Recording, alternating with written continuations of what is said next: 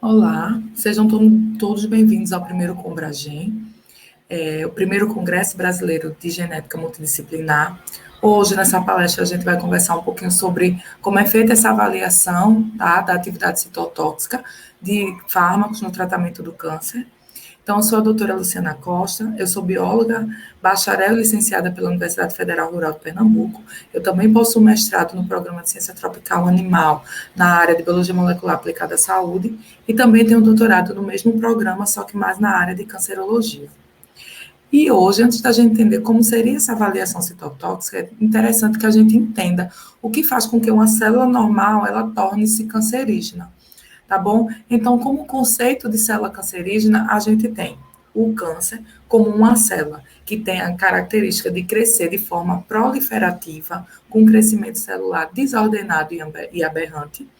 E aí, para que essa célula ela consiga agir dessa forma, ela tem algumas características que a gente chama de fundamentais para que o câncer ele seja desenvolvido. Então, a primeira coisa seria a célula escapa dos processos que inibem seu crescimento e também escapa do sistema imunológico. E aí ela acaba tendo a possibilidade de uma replicação infinita, promovendo o processo de inflamação, porque esse processo inflamatório faz com que haja um maior aporte sanguíneo, né, de vasos sanguíneos naquelas células para que elas consigam crescer. E aí ela começa a ter, ela também tem uma característica importante que é de formar metástase. Tá? Então, as células cancerígenas elas têm a característica de invadir outros órgãos, formando assim um processo que a gente chama de metástase. Essas células cancerígenas também estimulam a formação de novos vasos, que a gente chama de processo de angiogênese. Ela também tem uma estabilidade genômica, que a gente vai falar um pouco mais à frente. Ela possui resistência ao mecanismo de morte celular, que também está ligado com essa instabilidade genômica que a célula cancerígena tem. Faz a reprogramação, tá, do metabolismo celular, então agora ela se reprograma, fazendo com que ela tenha estímulos para crescer de forma permanente, se proliferar e crescer de forma permanente. Então, diante disso, é importante que a gente entenda que o câncer, ele acaba suprimindo, por exemplo, genes responsáveis por suprimirem o tumor, que são os genes que observam que a célula está defeituosa e induzem o processo de morte celular através do tipo de morte apoptótica, tá? Esse tipo de morte interrompe o ciclo celular defeituoso. E as células cancerígenas também apresentam, né, bloqueios dos genes reparadores, que vão corrigir os erros no DNA, fazendo agora com que as células cancerígenas elas promovam, tá, o processo, elas fazem com que os protocongênicos tornem-se em genes oncogênicos, que assim vão promover o desenvolvimento do câncer. E aí, o que se pretende com alguns fármacos? A ideia dos novos fármacos é o seguinte: atuar no câncer, restabelecendo as características dos genes supressores de tumores, porque sim, esses genes podem reprogramar a célula para que tenha um processo de morte apoptótico, que é um processo de morte celular natural, que vai interromper o ciclo celular quando ele estiver defeituoso.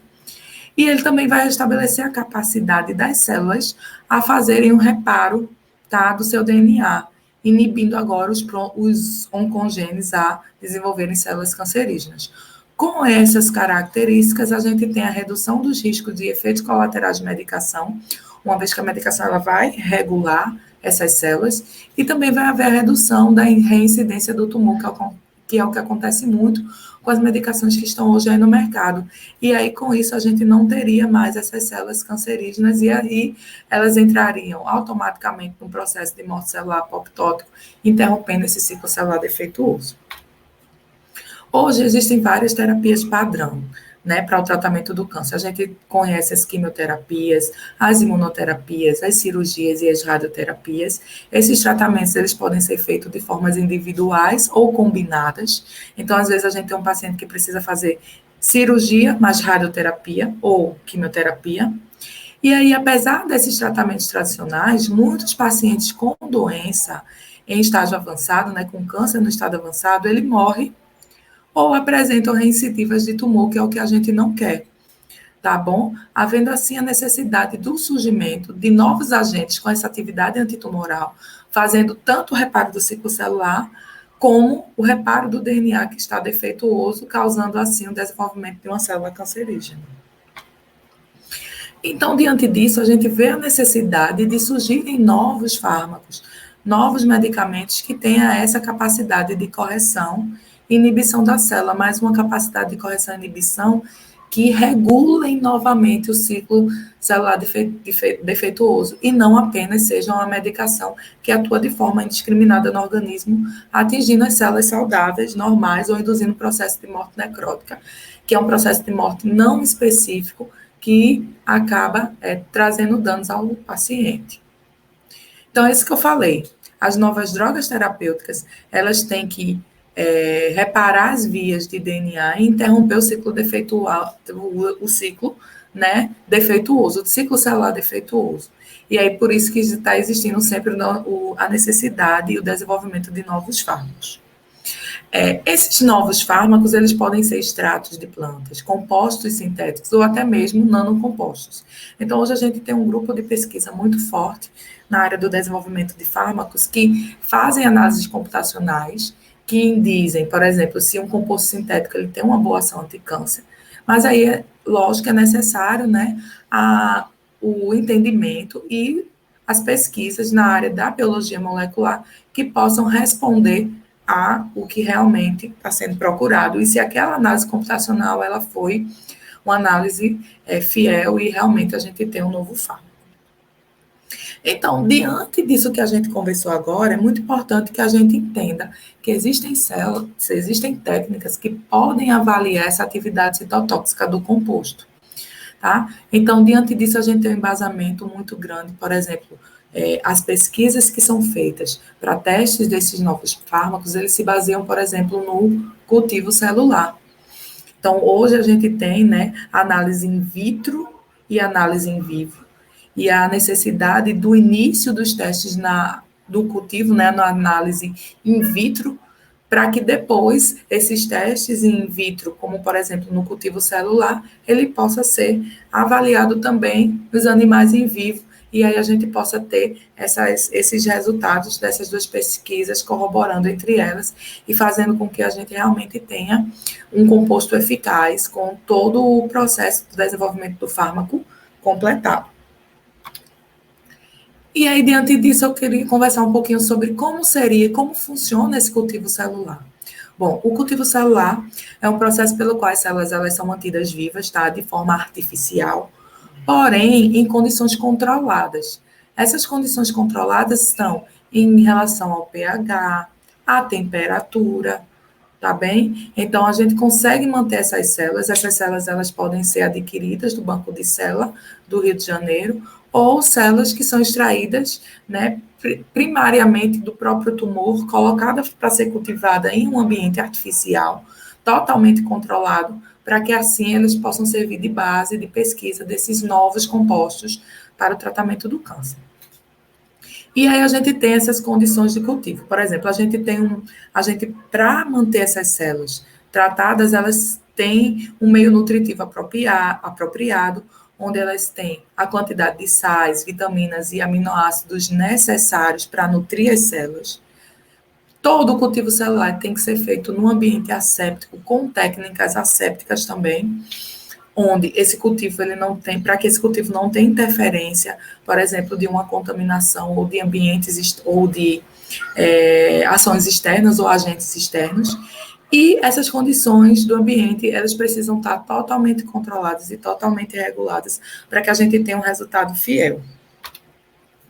O estudo da citotoxicidade, como eu falei anteriormente, serve para que a gente veja se realmente aquele composto sintético, aquele extrato ou aquele nanomaterial, ele tem ação para o que realmente ele está predisposto, no caso, como agente quimioterápico, por exemplo.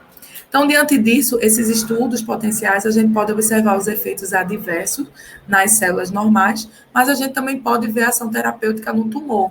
Então, não é só interessante que a gente estude a ação terapêutica desse medicamento apenas no tumor. A gente também tem que ter um aporte para saber se esse medicamento que age bem no tumor, ele não agride e ele não danifica as células normais. Diante disso, além do cultivo celular, que é o nosso processo básico, a gente tem metodologias que podem nos auxiliar também junto ao cultivo celular, para que a gente feche ou para que a gente possa predizer o resultado, tá, daquela minha medicação. Então, por exemplo, nos ensaios de citotoxicidade, a gente pode fazer a avaliação por duas formas, por duas técnicas. Por coloração, né, um método colorimétrico, tanto o MTT quanto o cristal violeta, que são metodologias que vão avaliar como foi e qual a porcentagem de células vivas após o tratamento com esse composto, células cancerígenas vivas ou células saudáveis. Então, depois que eu expus essas minhas células a um tratamento, tá? Um tratamento medicamentoso qualquer, pode ser um extrato, pode ser um composto sintético. Será que esse tratamento, ele realmente está sendo efetivo? Qual é a porcentagem de células que morrem após esse tratamento? Então, diante disso, a gente tem duas técnicas, como a cristal violeta ou MTT, que é uma metodologia, é uma forma metodológica onde a gente usa coloração. Então, a gente pode detectar, através dessa coloração, onde a gente lê, por exemplo, no leitor de placas, quais foram as células viáveis após o tratamento. Então, quantas células conseguiram sobreviver após esse tratamento medicamentoso. Tá bom? Então, para que haja esses ensaios, a gente tem que usar mais de uma linhagem celular. A gente tem que saber quando esse composto é oferecido para que a gente possa fazer essa análise biológica. Tá? A gente pode pegar várias células, linhagens celulares de cânceres diferentes para saber qual melhor seria o composto para essa qual seria o melhor câncer, para que esse composto ele tenha uma ação. Então, essa triagem inicial ela é composta de diversas linhagens celulares de câncer, onde são tratadas com esse composto numa determinada concentração. Por exemplo, a gente pega algumas linhagens, alguns tipos de cânceres, tá? E a gente usa esses cânceres em uma determinada dosagem de 25 miligramas. Então, a gente tem aqui, ó, o HL60, o MCF7 e o EP2, que são cânceres de câncer de mama, o HL60, que é a leucemia, tá? E aí, a partir desses 3 tipos diferentes de cânceres, a gente usa com diferentes compostos ou apenas um composto num único tempo. Então, por exemplo, eu quero saber se esse composto MIH1, ele é efetivo realmente contra o câncer, mas qual câncer, principalmente? Então, a gente vai ver o HL60, o MCF7 e um outro tumor, e a partir disso a gente vai poder identificar em qual melhor tumor esse meu composto se comporta. E a partir dessa triagem, no caso aqui, a gente teve uma melhor resposta, tá? Tanto para HL60 como para MCF7, e a gente pode escolher entre um desses 2 tipos de câncer para prosseguir com os nossos estudos. Bom, como eu vim falando para vocês, existem formas de se entender, né? Como eu vim...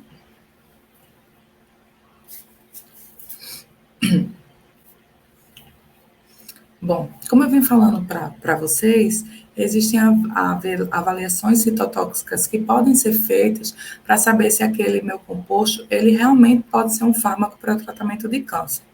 E aí eu queria falar com vocês de uma forma mais prática, discutindo um artigo, né, do nosso grupo de pesquisa, que foi publicado no Breast Cancer, Basic and Clinical Research.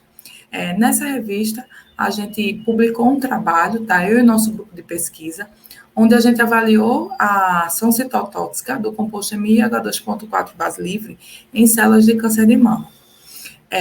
Esse trabalho, né, esse artigo, ele foi publicado em parceria com a Universidade Federal Rural de Pernambuco e com a Louisiana State University, tá? Na universidade a qual eu tive a oportunidade de fazer um doutorado de sanduíche e que eu fiquei 1 ano pesquisando.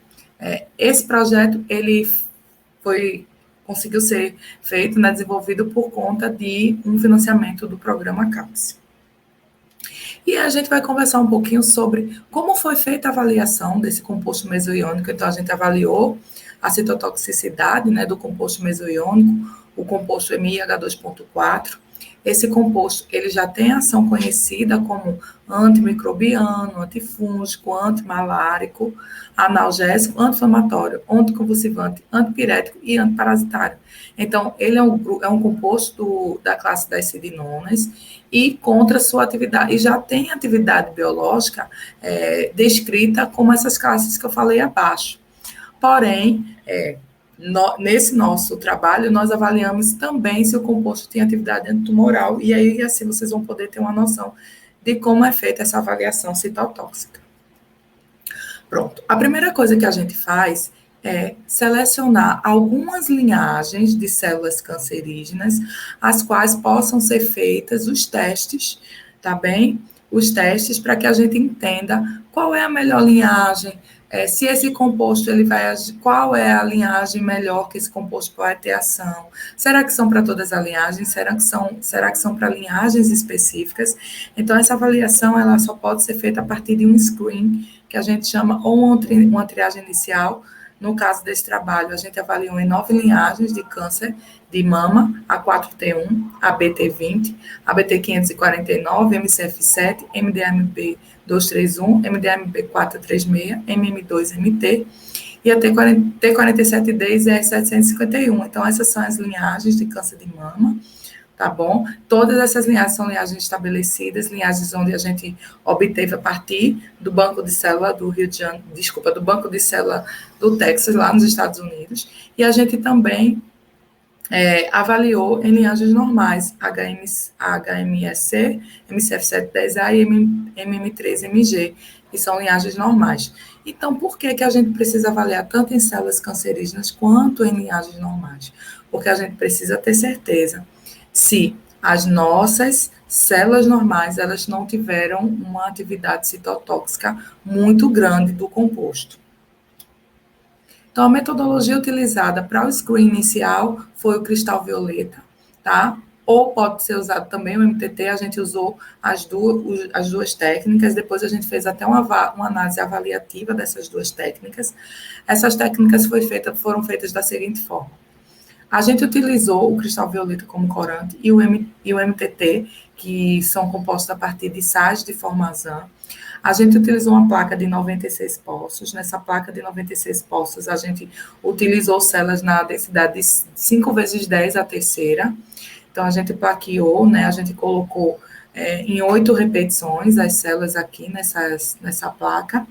Essas células elas foram plaqueadas, como as linhagens de câncer, elas são linhagens estabelecidas, então elas precisam de 24 horas para que elas consigam ser aderidas no fundo da placa.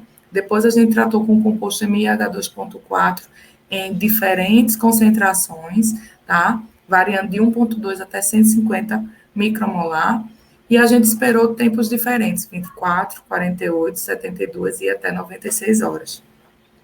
Após esse tempo, a gente pegou essas células, removeu o composto e tratou, né, com os sais de formazan, que é o MTT, e com o cristal violeta. Depois desse tempo de tratamento, a gente pegou essas células e levou para um leitor de ELISA, a qual, a partir de captação de luminosidade, ele consegue nos dizer quantas células ainda sobreviveram ou não após o tratamento. A partir desses valores, a gente conseguiu fazer essa tabelinha de valores de IC50, onde a gente conseguiu determinar o tempo de 24 horas, a gente não teve um bom resultado, então a gente não viu que o composto ele foi tão eficaz nas primeiras 24 horas de tratamento. Porém, após 48, 72 e 96 horas, a gente pôde observar que para algumas dosagens, essas linhagens ela acabou tendo um efeito, tá? Onde a gente pode avaliar o valor do IC50. IC50 é a medida de eficiência da droga, que vai indicar qual a quantidade do fármaco em particular ou substância, tá? Que inibiu pelo menos 50% dessas células cancerígenas. Então, a gente precisou avaliar quais as doses, em quais doses a gente conseguiu inibir o crescimento dessas células em pelo menos 50%. E aí, a partir disso, a gente criou essa tabelinha com valores de IC50. Após esses valores de IC50, né, que foram determinados lá, a gente fez uma relação, onde essa relação me dizia quantas vezes as células cancerígenas elas foram mais atacadas do que as células saudáveis. Então, a gente chama isso de índice de seletividade. Após nessa avaliação de índice de seletividade, a gente faz uma relação, né, uma proporção entre as células a porcentagem de células que foram mortas após a dosagem, em relação à porcentagem de células, a porcentagem de células que foram mortas, células cancerígenas que foram mortas após o tratamento, e a porcentagem de células normais que foram mortas após o tratamento. E aí, com isso, a gente fez esse índice de seletividade. O que é que a gente observou a partir disso? A gente observou que as células normais, principalmente MC, F10A, ela teve um baixo índice de morte em relação às células cancerígenas. Então, a gente pôde, a partir desse resultado, perceber que esse composto sintético, o MI H2.4, ele foi mais seletivo, tá, para as células cancerígenas. Isso é um bom resultado, uma vez que a gente tem um composto que tem mais ação em células cancerígenas do que em células normais. E isso faz com que as células normais, elas nos demonstrem que as células normais foram menos atingidas e tiveram menos toxicidade após o tratamento. Outra coisa, o que é que a gente pode observar com essas análises, esses valores de C50? Que o composto ele foi dose dependente. Como assim? Que com o passar do tempo, tá? Aqui a gente tem o valor, né? A porcentagem de células mortas, e aqui a gente tem a dose, tá? Em base logarítmica de 10. E aqui a gente tem o quê? Os valores, os tempos, e a gente pode observar que o composto é dose dependente. Como assim? A gente conseguiu ver que com o passar do tempo, tá? Que com o passar do tempo, as células, elas acabaram tendo seu índice de seletividade diminuído, ou seja, que com o passar do tempo, que o tempo ele influencia, sim, na probabilidade de inibição dessas células. Então, com maior tempo de tratamento, mais células mortas eu tenho. Então, a gente conseguiu ver que o nosso composto ele era dose dependente. Outra coisa que a gente pode também avaliar com o teste do IC50 é fazer uma relação da porcentagem de inibição. Então, a gente pode ver que a linhagem MC F710A, ele inibiu 1,1% das linhagens das células. E aí a gente conseguiu predizer que a linhagem MCF7 ela teve um menor porcentagem de inibição do que das outras células. Bom, outra análise que pode ser feita a partir de um composto mesoniônico é a análise do ciclo celular. O ciclo celular é muito importante de ser avaliado porque a gente viu logo no início da palestra que o ciclo celular é uma das coisas que acabam sendo desreguladas por conta da inibição de genes que fazem esse recontrole para saber se a célula está funcionando bem. E aí, no nosso trabalho, a gente viu que o composto mesoniônico ele acabou induzindo, né, uma inibição da fase G2M, que é uma fase super importante, onde vai haver a iniciação da replicação do DNA, o bloqueio do microtúbulo e da aquilação desse DNA. E aí, a maioria dos medicamentos hoje, eles visam atuar regulando justamente a fase G2M, porque aí, a partir dessa regulação, eles podem induzir a citotoxicidade e até a morte da célula. Então, essas análises de ciclo celular, ela pode ser feita por uma avaliação de citometria de fluxo, que é um equipamento onde ele vai, após o tratamento da célula, né, a manipulação da célula com esse composto, a citometria de fluxo ela vai avaliar célula a célula como é que foi feita a regulação desse ciclo celular, utilizando também corantes. Outra avaliação também muito importante é a microscopia eletrônica de transmissão. Na microscopia eletrônica de transmissão, o que é feito? As células elas são plaqueadas, tá? Após o plaqueamento dessas células, elas também são tratadas. No caso do nosso estudo, a gente tratou essas células com o composto MiH2.4 base livre, numa concentração de 30 e 75 micromolar, porque são duas ótimas doses onde a gente encontrou o resultado, só que aqui a gente fez uma variação de tempo. A gente avaliou em 3, 6, 12 e 24 horas. E por que essas horas estão apertadas? Porque a gente queria entender se logo no início do tratamento a gente já havia ação do composto e qual era o tipo de indução de morte que o composto fazia, tá bom, nas células. E aí a gente observou, o que a gente observou com essa microscopia eletrônica de transmissão? Que após as primeiras 6 horas no tratamento de 30 micromolar, as células elas já apresentaram alterações no seu núcleo e alterações mitocondriais. A formação de corpos apoptóticos, que são características de indução de morte apoptótica, também já estava sendo apresentada nas primeiras 6 horas após o tratamento, com 30 micromolar. Na avaliação de 75 micromolar, após 3 horas, ou seja, aqui a gente viu alterações nas 6 primeiras horas, porque a dosagem era de 30, e agora a gente está numa dosagem de 75. Na dosagem de 75 micromolar, que é uma dosagem maior, nas primeiras 3 horas a gente já a gente já conseguiu observar alterações nucleares nas células, formações de corpos apoptóticos, né, alterações nucleares e também alteração mitocondrial.